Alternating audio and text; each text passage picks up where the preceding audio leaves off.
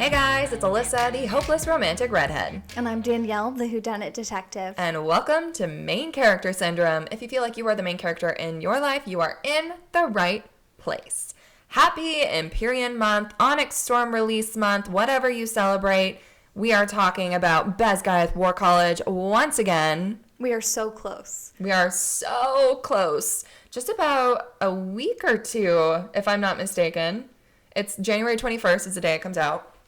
So I have my Libby set to where it will immediately release on the 21st at midnight. Well, I hope my Audible releases. Yeah, I'm sure it will. It probably will. But yeah, am I going to take work off? I don't know. Wink, wink. We'll see. Honestly, I was thinking about that this morning, and then I was like, I don't know. But I know I will be working with an earbud in my absolutely, absolutely. I mean, no, we're not. We're going to be working very, very hard. My luck, there'll be like an ice storm on that day. And gosh. Yeah, don't put that out into the universe. But yeah, so last episode, if you were with us, we talked about Fourth Wing and some of our theories and what we missed while we read Iron Flame in Fourth Wing, and there were a lot. But today we are talking about Iron Flame, which was a very taxing read for the second time around. Again, this was my third time. And honestly, third time I was like, oh my gosh. Honestly, I'm ready for this to be over. Yeah. Like the first half of the book drove me insane. Oh, I know. Okay, let me tell you, if you don't want to read Iron Flame again, if you don't want to listen to the audiobook and like listen to all the words again, listen to the dramatized audio. Mm-hmm. It is fun. It's entertaining. I mean, there are dragon sounds, lightning, there are sound effects, characters. Xaden has a very sexy voice. And there's music. And it just kind of makes like a movie in your head. So I think that would be better. It is fun. And since you read through it the first time and you kind of got all that information, you can now kind of get more of the plot in your head. I feel like this time around, what I got a lot out of reading it was like being reminded about how annoying I find Xaden and Violet in this book. Yeah. Like their cheesy relationships that they say the things that they say to each other. But also by the end of Iron Flame, I was like, will you guys stop fighting? Yes. I'm so tired of you guys fighting and being mad part at 2 each was other. infuriating. But let's get into part 1. Iron Flame begins with Violet recovering after being attacked by Venom at the Battle of Resin and finding out that her brother Brennan is alive and that he and Xaden are part of the rebellion in Arisha. It's technically the revolution. Yeah, revolution, rebellion, but they don't say rebellion. No, they anymore. call it a revolution. Yeah, because they think that they can win. Yes. A revolution is something that you will win, and that will be an interesting one. So new character / character development. Obviously, Brennan's alive. Was his secret justified? No. I couldn't imagine finding out that, like, one of my parents, both of them, like, actually aren't dead. Yeah. I mean, it'd be, like, a welcome relief. Like, oh, my gosh, this is amazing. But also, like, you have no idea the crap that I've been through. Yeah. Like, honestly, I can see... Yes, your government lied to you and what you were fighting for wasn't true and you want to go to the side to help everybody else. But you could have let your family know, your sisters know. Yeah, you should have let them know. And that was him choosing this revolution over his family. Him choosing this war over his family. Yeah. Which, I mean, I don't know. I wouldn't do that. I mean, his father's heart gave out because of Brennan's death, but I'm again wondering if that wasn't the case. Sloane Mari, we are introduced to her. She is Liam's sister. She despises Violet with everything she is and blames her for Liam's death. Yes. Now we have General Lilith Sorrengill. We've been introduced to her in Fourth Wing. She does seem genuinely worried about her daughter once in a while. Sometimes. She did make a deal with Xaden, though, which we learn to protect Violet, and she is the person that gave him 107 scars on his back for the rebellions. That is, though, a part of a Tirish ritual. And she's conveniently gone for most of the book. Which all the bad stuff happens to Violet.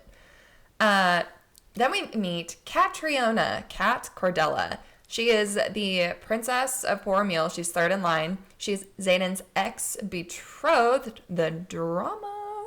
She can manipulate emotions, but cannot create them. So Violet's jealousy is all of her own, but was enhanced by Cat. Yes. And then she's kind of one of my favorite characters. I hope she and Violet become friends. I think there's definitely some friendship that does develop, especially after the cave where Cat actually rescues Violet. And so I think that's kind of like a little white flag. Yeah, they find like common ground a little bit. Are at Grey Castle, aka Prince Cam of Navarre. Xaden killed his brother Alec, who tried to kill Garrick during threshing, and his brother is Halden, who is in infantry, ? Yeah, there's some interesting theories about Halden.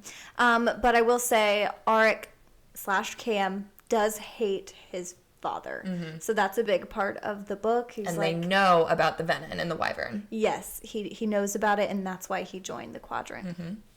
Next, we have Jacinia. She is a scribe. She knows Violet is looking for books regarding the first 6, and good news is she was not ever recording Violet's request for classified tomes, and by the end of the book, we know that Sawyer has a crush on her, and she develops a crush for Sawyer. I hope we get more of them. They're just so cute.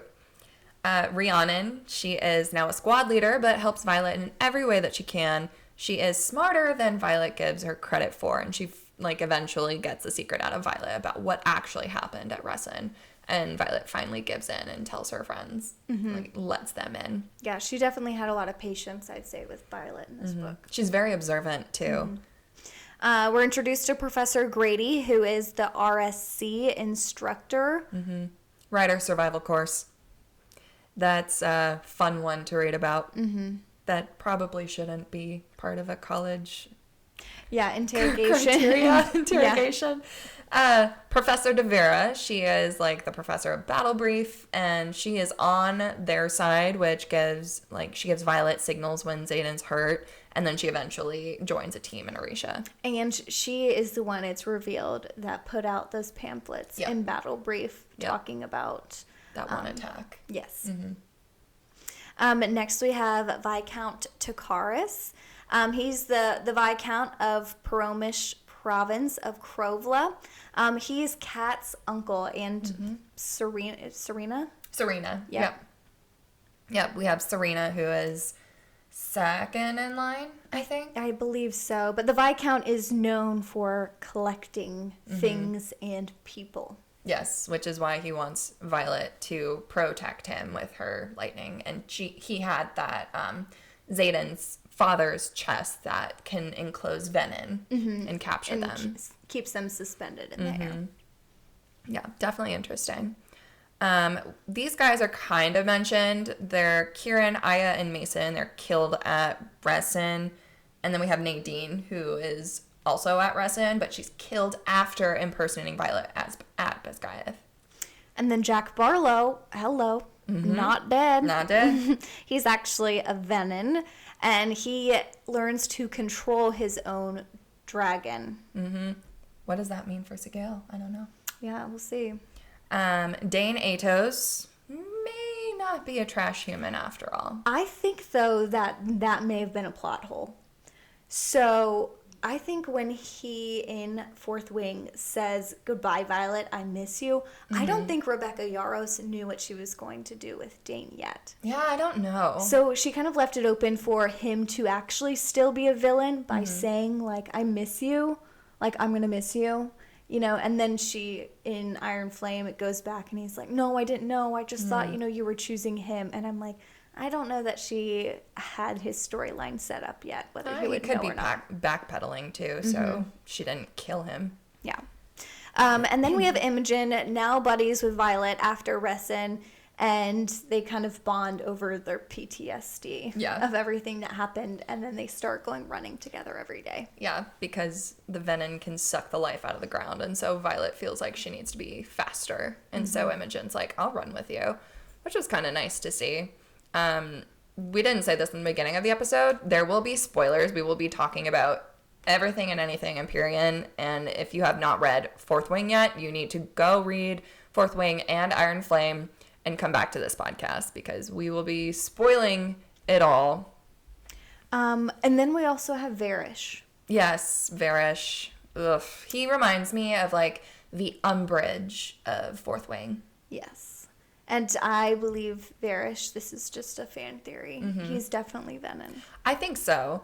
There was something about Varish where he's talking about dragons and how, like, no, we don't control the actions of dragons. And he's like, yes, we can, or something like that. Some of us are not controlled by their dragons. We actually like sway or control them. I think that there might be some things that come out in Onyx Storm. I think Varish actually was really high up in Venom. I think he may have been a general or something because his eye color is mentioned. Yeah. I specifically was listening for that this time. And they say that, I believe it said that they're blue. Okay.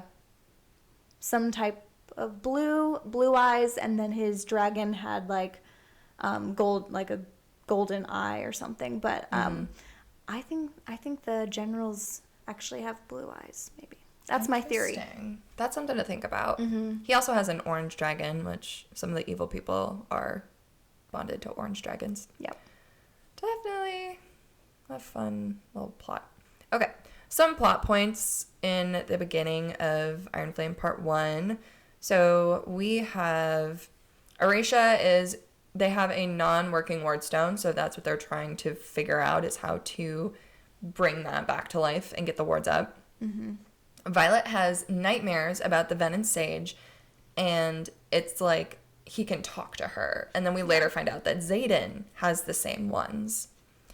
Then Xaden has taken responsibility for Violet, and he now bears a silver scar on his chest, similar to the ones on his back. Imogen implies that it's a brutal Tirish custom, which makes you think that it could be the same custom that Lilith used on Xaden to protect Violet. That gave him those 107 scars. Yeah. And Darna is a moody teenager, and she needs to go into a deep sleep because Violet incidentally gave her, like, fast growth, like, forced her to grow and, like, didn't let her like the challenges that Darna was put in being with Violet, like, at Ressin. Yeah, Ressin is the place that kind of forced her to grow when she stopped time for too long. Yeah. Everyone kind of goes back to Basgiath just in time for graduation, and Xaden tells everyone that Colonel Atos sent him into battle at Athbean with Griffins, and that they lost Liam and Sol. And Colonel Atos is sent to another station far, far away, but somehow his influence still hits with the new Commandant, Varish, which, I absolutely hate Varish. Yeah. Lilith, General Sorengale, showed kind of her love for Violet in that moment. Like, you can tell she was still trying to be, like, hard and cold, but was like, you know, you did what with my daughter? Like, you're done. Yep, and then Xaden is unfortunately stationed in Samara, which is the farthest outpost on the front lines, meaning he and Violet can only see each other once a week per the dragon mating bond. And I think that is also kind of the influence of Colonel Atos and Varish kind of being like, I can't touch you, but I can make your life a living hell. And they show that in so many ways by how they manipulate people to try and kill Violet and all of the other rebels. Well, secrets die with the people who keep them. That's Colonel Atos' threat that he said to Violet, and that's where, like, everybody trying to kill Violet then says the same line. So Colonel Atos can still get him. But we now are introduced to new curriculum and professors for the second years. We have Professor Grady and Rider Survival Course, which brings torture and kind of puts the riders with the infantry out in the field. Yep. And then they introduce the new serum for the year, which limits riders' ability to channel through their dragons and talk to them. Yeah, basically their signets are gone. They can't talk to their dragons. They're powerless at that point. And they created this new serum, and they had the antidote with that.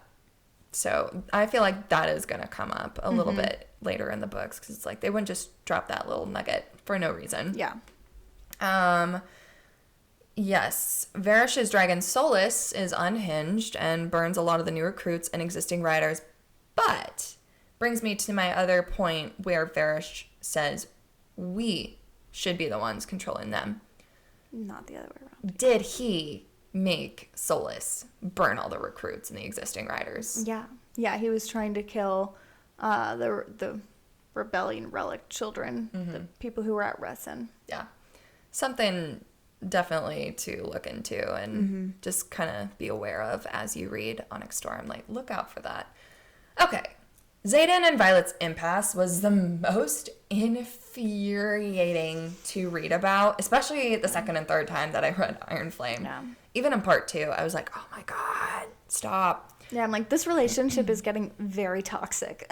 Yes, I love them in Fourth Wing. Yeah. But in Iron Flame, I was almost ready for, like, another Tamlin Rhysand situation where it's like, okay, where's the next one? Like, seriously? Like, Xaden should get someone else, because Violet was being so insufferable. No, really, like, you can't be given the truth about everything. Everyone has secrets, or maybe just things that they wish to not tell other people. I'm sure I don't know a bunch of things about my husband, and he doesn't know things about me. Not because I'm trying to, like, hurt him or anything, or it's just like, you know, why do you need to know all of his stuff? And even, like, the quote, unquote, like, important things, like, that Violet thinks, it's like, he can't give all of that to you. No, especially when it's proven that with Athben that Dane read her memories and she cannot shield against him. Yeah. Like, there are reasons, honey bun, that he can't tell you everything. Yeah. And also, like, it's not your business to know. He's like a ward general for Orisha. So, yes, you're, like, his girlfriend, but that's kind of the same thing as, like, if I was working for the President of the United States and my boyfriend wanted to know absolutely everything about what's classified information, I can't give that to him. Yeah. You know what I mean? It's just like, get over it. Get over it, Violet. So, obviously, she wants full disclosure about the rebellion. Xaden cannot give it. Xaden constantly talks about selective truce, which also pissed me off. Because Violet does the same thing with her squad and realizes that Xaden did it to her. But Xaden is constantly like, you're not asking the right questions. But at the same time, is that pointing to her second signet of Xaden knows the questions that she needs to ask in order for her to get that information out of him. Mm-hmm. That was a theory of mine. But then the constant back and forth, like, one step forward, 10 million steps back. Yeah, and then at the end, you know, it's like we learned that Xaden is an intrinsic, a type of intrinsic. And I will give it to Violet, like, she was pissed for, like, a little bit, and then kind of started to reason and was like, okay, yeah. And then Tan's pissed at Sigale for not telling him. And it's like, literally, he could not tell anyone. He would have been killed if that information got out. Like, if he told Violet and Violet got her mind read accidentally, not even intentional, accidentally by Dane, he would have been dead. Yeah. And then Tan's all pissed off, and it's just like, secrets, everyone has them, and there's nothing wrong with having a few. You can't know absolutely everything. Some secrets we just take to the grave. And then Violet keeps secrets. Violet does, and she kind of is a hypocrite, too. So much. But she does eventually realize that towards the end of Iron Flame, that, oh, I'm doing the same thing to Rhiannon and Riddick and Sawyer, and I'm holding this against Xaden because he won't tell me things. But I can't tell them things. Yeah. So she's finally realizing that, oh, maybe there's a reason that he's doing this. Yeah. But, oh, man, it was just... Yeah. But Violet's secrets, she eventually caves and tells her friends everything after Rhiannon saves her by grabbing the alloy dagger that Xaden gave her before Varish could see it. And she understands why the college makes them watch their friends die so they don't miss a beat in real battles. Yeah. There's, this kind of like an awakening, I'd say, in Violet, where everything starts to make sense to her that maybe didn't before. And it starts to make sense a bit more to the reader of like, why do they put the writers through all of these challenges? And it's like, well, because even the strongest will die, and you need to learn how to live with death. Exactly. So some of the plot points revealed in part 1. This isn't even part 2 yet. Jack Barlow's alive. Big shocker. Whenever there's no body, there is, like, they have to be alive. Like, in any show where I see there is no body, there's no funeral, there's nothing, the guy's alive. Mm-hmm. They have to be. So Jack Barlow is alive. Not showing any signs of being venom, though, which is kind of an interesting way of, like, how do they hide it? And I feel like we'll find that out in the next book. General Sorrengail is found out to be the one who put the knife marks on Xaden, made a deal with him to keep Violet alive. Auric Cam knew about the venom and decides to help them get the journals from the archives. The torture scene, Liam makes a heartbreaking appearance, but Rebecca has, like, killed the theories that Violet can see the dead. It's just because she felt like in Violet's most vulnerable moment, she felt like Liam was the person to get her through that. Mm-hmm. So she is not someone who can see the dead, unfortunately. But it was nice to see Liam again. But what if she can bring people back to life? That would be an interesting one. That would be interesting. Xaden finally confesses that he loves Violet, one of my favorite scenes. Recovered correspondence of Xaden and Violet's letters in one of the epigraphs. When Xaden's letter is, like, read to Violet, then it says, like, recovered correspondence. And it's like, what do you mean, recovered correspondence? There's a couple. Do they die? I don't think so. Because in the beginning of, like, Fourth Wing and Iron Flame, it's, like, translated by Jacinio Neilwort, so... Maybe it's, like, recovered correspondence, like, as in were the people filtering her letters? Also true. I don't know. There's a lot of people that are like, do they die at the end, Rebecca? Because it was learned, like, we did figure out that they were filtering Violet's letters and, like, redacting information in them. That's also true. So I'm like, we might be the people at Basgiath reading the letters. That's true. We find out Kat is Xaden's ex. Takaris wants to see Violet wield her signet in exchange for the Luminary, which will help them kind of create these daggers that will help them kill Venom. Dane switches sides, breaks the rules, and stabs Varish. Violet kills Varish with an alloy dagger, which gives the other thing where, is he Venom? Because that's how he died. Yeah. And then Imogen, with her memory wiping signet, has she done this before? Has she wiped Violet's memories before? Like, that's kind of an interesting one. I haven't heard that one before. I mean, obviously I knew she wipes memories, but I wonder if she's ever done that to any characters that we know of. Yeah. Going back to the torture scene, so Violet and Xaden are at this impasse, and then Violet is tortured, and then Xaden's like, I love you. You want to know something true, something real? I love you. I've been in love with you for all this time. Like, you can't get rid of me that easily. Yeah. But then they go back to fighting after that. It's like nothing was resolved. Ever. Because you guys just thought that she was going to die and you'd never see her again. And yes, that is something that might spur emotion, but they never solved the problem, which is why we get all this shit in part 2. Mm-hmm. And it's the same thing. Yeah. I've seen so many, like, reels and TikToks and things. People are just like, I hope we, like, leave this relationship like this, like, in Iron Flame, and it does not transfer over into Onyx Storm. Exactly. So part 2 obviously begins with the students of Basgiath at Aretia. And then Violet has another nightmare about the Venom Sage, and it's very creepy because it's like he's actually speaking to her in her head and knows where she is. And there's something really interesting that is said to Violet in one of those dreams. The sage says in the dream that Violet will tear down the wards herself for love. Yep. I think that's maybe foreshadowing something that happens. Maybe is it, you know, breaking down the wards that she worked so hard to put back in Navarre. Or I'm like, I wonder how that will move. Is it Violet or is it Xaden? Because they both have these dreams. But I feel like it was, each of them had, like, their own different dreams, but with the same sage. I mean, obviously. But I thought that they may have had different dreams. But tearing down the wards herself, I was like, whoa. Yeah. I think the sage was manipulating them both. And I think he was trying to, like, see... I think he wanted Xaden because he knew that Xaden would do absolutely anything and everything to save Violet. Mm-hmm. And so he wanted to take Xaden so Violet would do absolutely anything and everything to get him back, which would be turn to the dark side, help the Venin, become Venin, and give them her power, basically. But that's one of my theories. So cadets and dragons are now at Orisha. Mira finds out Brennan is alive, and it's one of my favorite scenes because it's something like I would probably react the same way if my brother had made me believe that he'd been dead for years and then came back and was like, I'm alive. I would have decked him straight in the face too.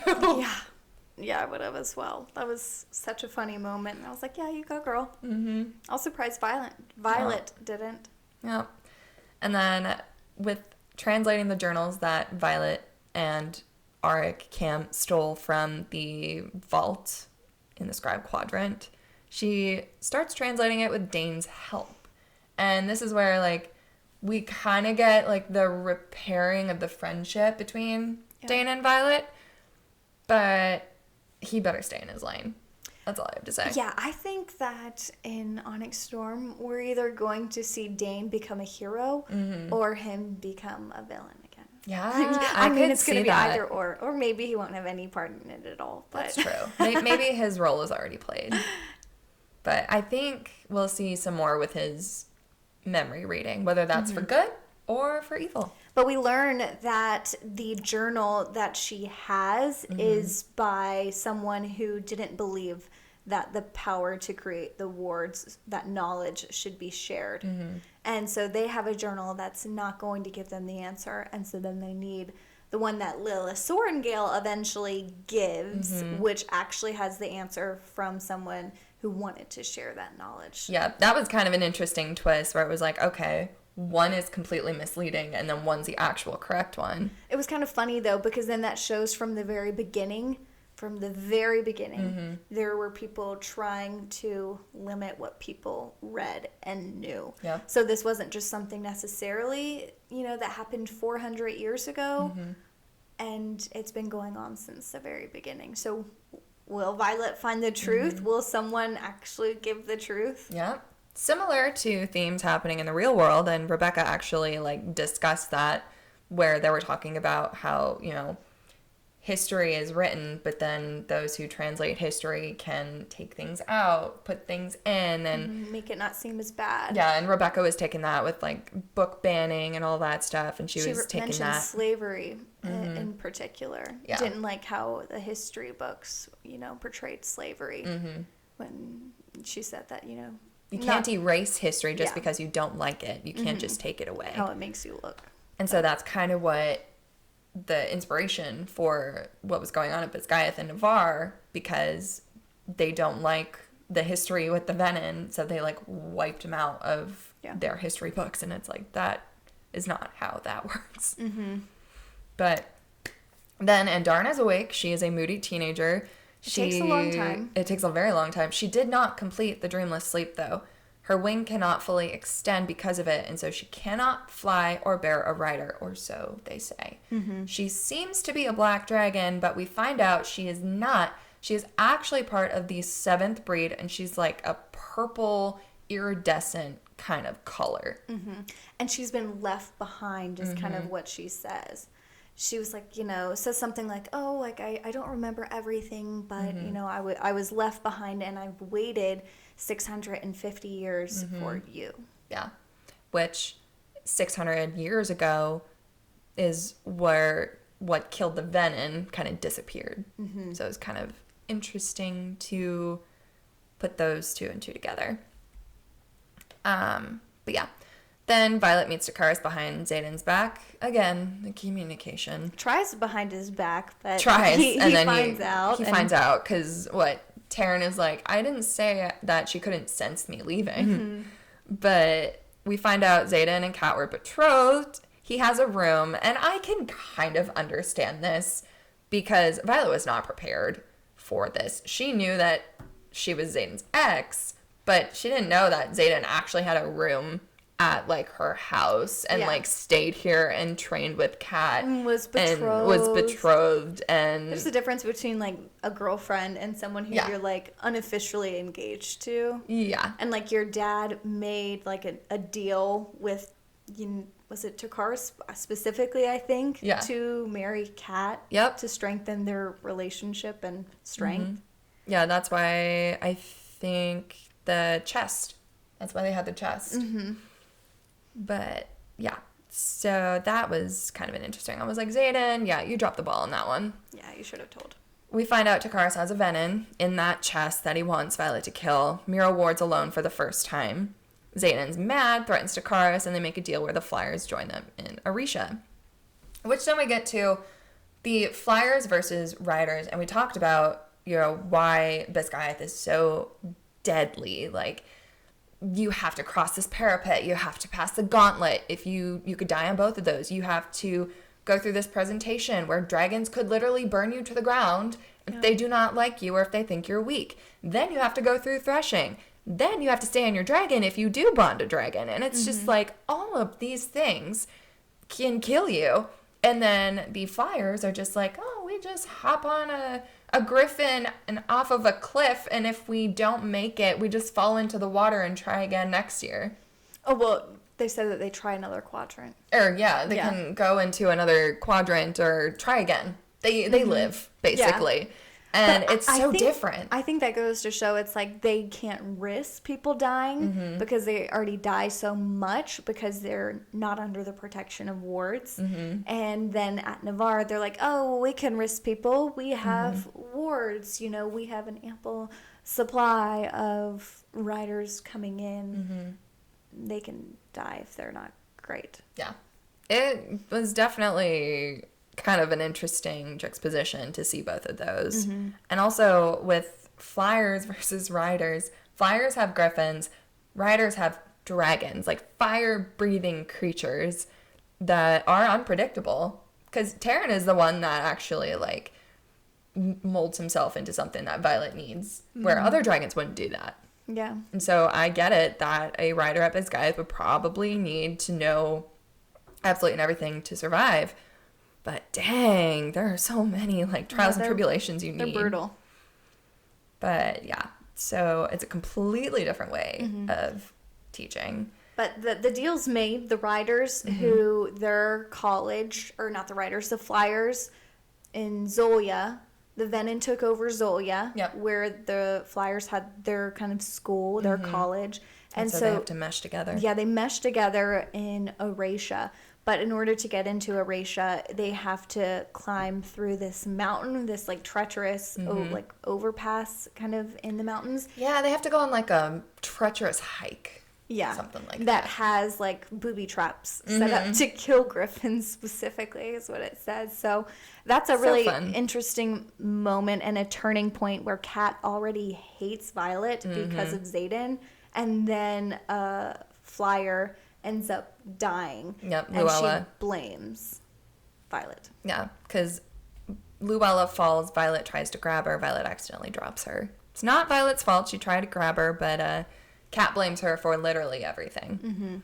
And then what's kind of fun is then the instructors are kind of like, you guys need to figure stuff out, we're going to let you go head to head on the mat. And so I agree. It's Kat versus Violet, obviously, and Kat can heighten emotions, and Kat has been better at making runes. So Violet has this jealousy, because Kat also had Xaden, and then Kat blames Violet for her friend's death on the cliff. So this whole thing just kind of climaxes on the mat, and Kat uses Violet's insecurity, jealousy, and anger and makes it intensified, so it makes it so much worse, and also says things on the mat about Xaden that would get under my skin. Like, yeah, I was like, do you know how, like, he trained me? Those are my moves. Like, do you know how he feels on top of me, under me? I know the way he I know how he tastes. Yeah. And I was like, you know that trick with the fingers?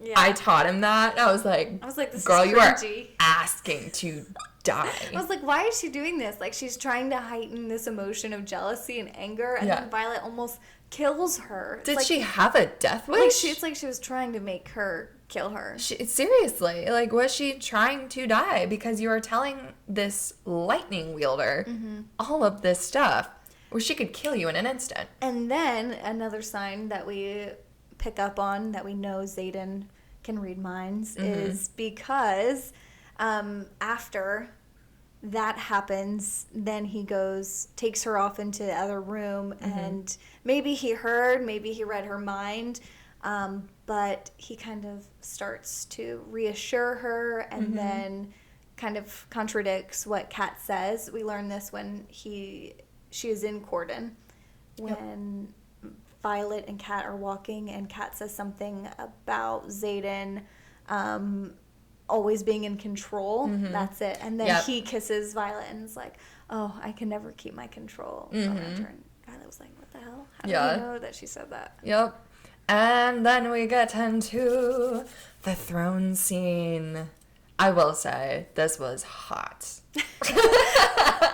Yeah. Cringy with the dramatized audio. Yeah. Not gonna lie. The sound effects, definitely interesting. But everything that Xaden says is just chef's kiss. I absolutely loved it. My house, my chair, my woman. Like, everybody in the Empyrean fans know that line. People have gotten tattoos of that scene. People have gotten tattoos of that scene. That's a bit much. I don't think I'm gonna do that. But you go, Glen Coco. You do you. Yeah, I was like, ooh, wow. That was a heavy scene for sure. Yeah, definitely. But it was a moment that kind of needed to happen for Xaden to show Violet, like, there is nothing between Kat. You are superior. There's nothing for you to worry about. And he shows her that. And he does not expect anything in return. Yeah. Which kind of was a different way of showing it, but also, like, this needed to happen for Violet to kind of finally be like, oh, okay. Yeah. So that was that. Then we have a big kind of turning point, and that is when they're in this new college kind of that they've put together in Erasia, the flyers and the writers. And then they're sent out on like a school little mission kind of thing to find these runes. And then they run into Bade. Yeah, it's Bade. No, it's Solus.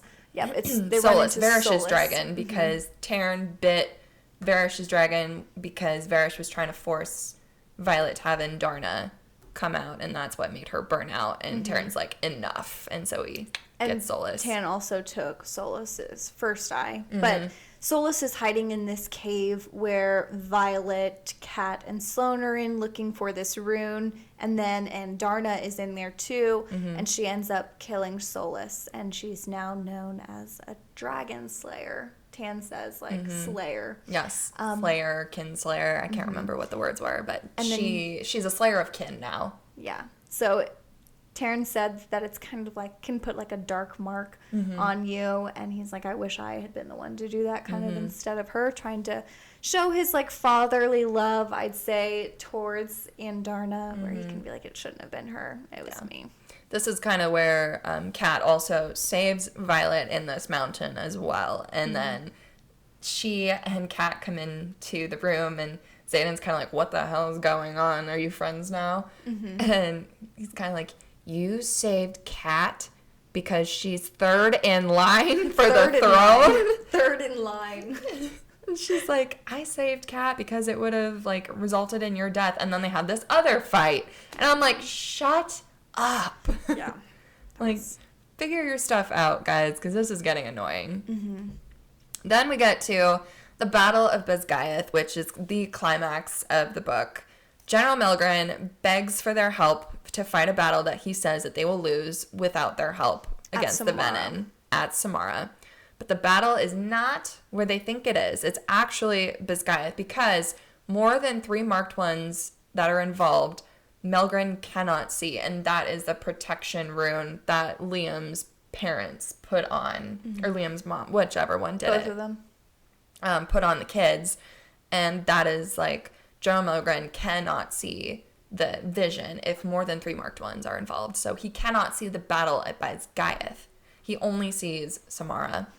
And Violet figures out that that's based off of where the Venin were staying. They'd been positioned at some spot for like 3 days, and she's like, they've just been there? Yeah, they're like waiting. Positioning in a different way. They're waiting at the edge of the wards for them to break. And so she knows that they're going to break. She doesn't know how, but she's like, this is dangerous. Then we find out exactly how, because Jack actually controls his dragon, which brings me back to Varish saying that he should be able to control the dragons, which also makes me think he's Venin again.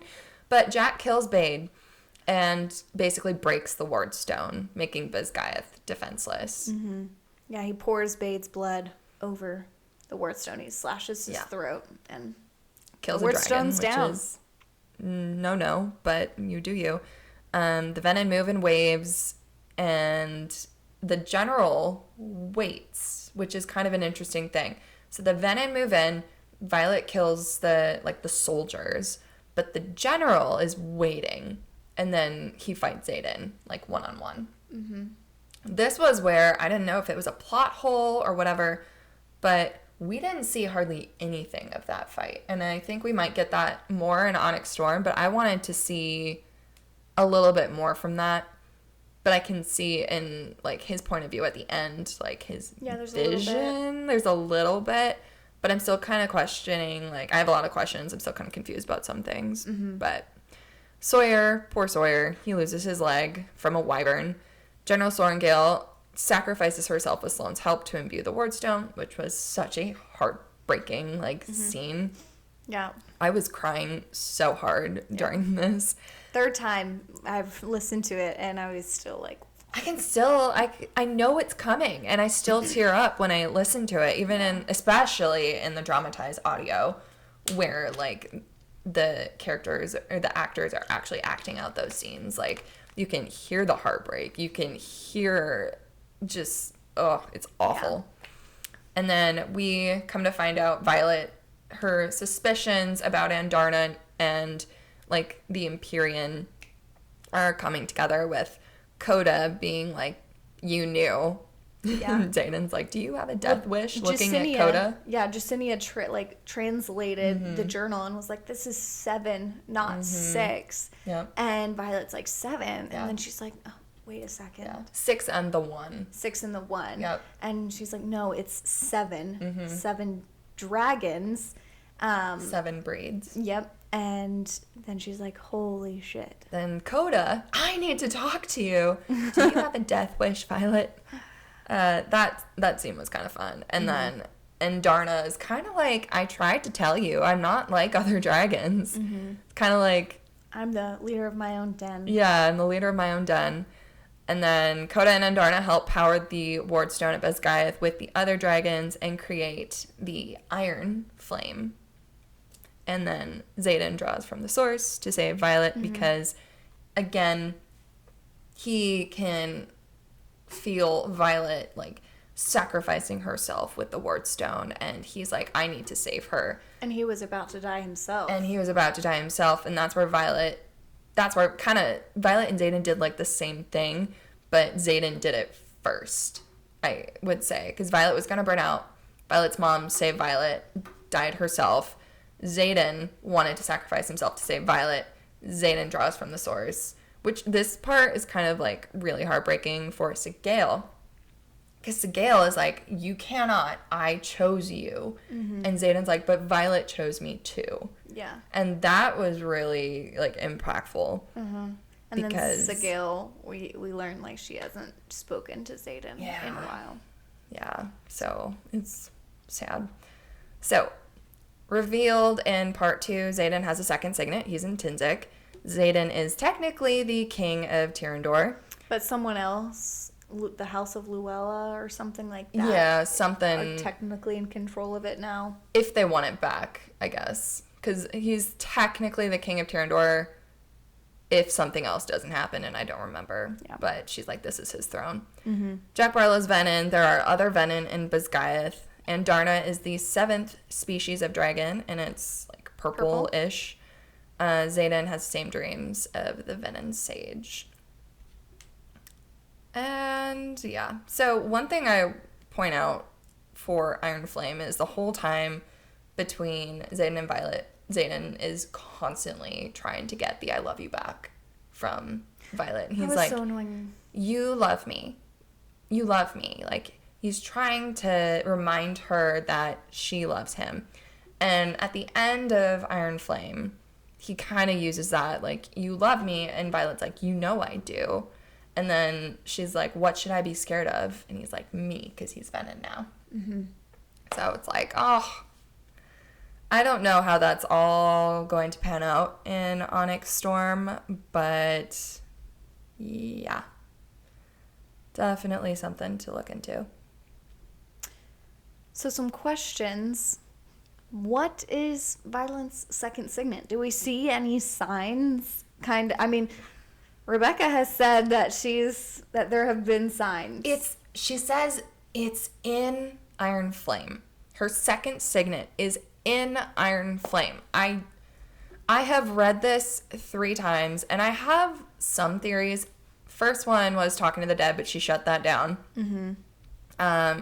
Another one is distance wielding, because Violet takes up running and is often described as fast, and she needs to be fast in order to get away from the Venom, because a rider signet is something the rider needs. It is not part of the dragon. It just emphasizes what the rider needs. But then we go into what Violet needs.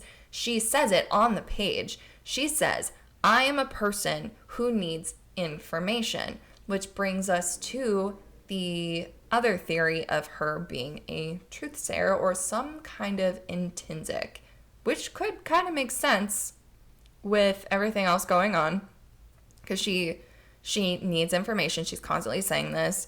Xaden always said she wasn't asking the right questions, so maybe he knew that she would know the answer, and she would know like how to pull it out of him. I don't know. That is the one. Those are the 2 that are like my top ones. Yeah. But then there was one that we saw on TikTok, something about her harnessing the power of the sun. Yeah. So her lightning is described as kind of ultraviolet, I think is what you've said. Mm-hmm. And you also mentioned that she gets like a major sunburn on her body when she's near burnout. Yep. In this like theory that I saw, when I first heard it, like the mm-hmm. power of the sun, I was like, this is so stupid. Mm-hmm. And then I like read into it and I was like, okay, well, it said that, magic always needs balance. Mm-hmm. Venom are dark wielders. Yep. She is the light. And then also, I think, I have a note right here. Let's find it. So, saw this theory. The covers of the books, mm-hmm. all of them have a sun on them. And in that sun, we have a dragon. That dragon, I believe, is Andarna, because mm-hmm. There's 2 dragons. The other one has like the morning star tail mm-hmm. on it. So, and that one's kind of on the outsides. Then we have Andarna kind of in the middle. The sun is the common focus in every single one. Mm-hmm. So, and it changes colors on the covers. I think that's important. Yep. I was like, ooh, this is very interesting. And mm-hmm. it's not just like the sun as we think about it, but someone also mentioned like kind of like the luminary, like mm-hmm. a luminary makes the weapons by... How does it work exactly? Like concentrating. I can't remember. It's like concentrating the dragon fire or something. Yes. So luminary turns dragon fire into something that's like malleable. They can put it into like a weapon or something like that. Yeah. So it kind of concentrates, and so I thought that kind of worked its way into like amplification, mm-hmm. and so Violet's kind of like a luminary amplifying. Mm-hmm. This concentration of power to make something better. Because there are a couple instances. One with Rhiannon and the dagger, the alloy dagger, because at first Rhiannon's kind of like not super good at like pulling things through walls, she said. She can't do that. And then when Violet's in danger, Rhiannon is able to pull that dagger through the wall. Mm-hmm. Mira, She's never able to ward on her own, but then when she's with Violet and Violet's in danger, she's able to ward against that venom at, Krovla? Wherever Viscount Takaris is. Yeah. But, that's something interesting. And then another thing, it's Riddick who controls ice, right? Yes. In one scenario, a dragon is like coming after them, or a wyvern, and Riddick is able to make this huge ice wall to save himself. And he just had like burns on his hands. So he was able to do that to protect himself in the presence of Violet. Yep. So there are a few fan theories that are going around. But that was Iron Flame. That was our deep dive into that. If you guys have any fan theories you would like us to know, please let us know, Main Character Syndrome Pod on social media. We would love to hear your theories, thoughts, feelings, emotions. For now, to the readers who listen, we'll see you later. Bye, everyone.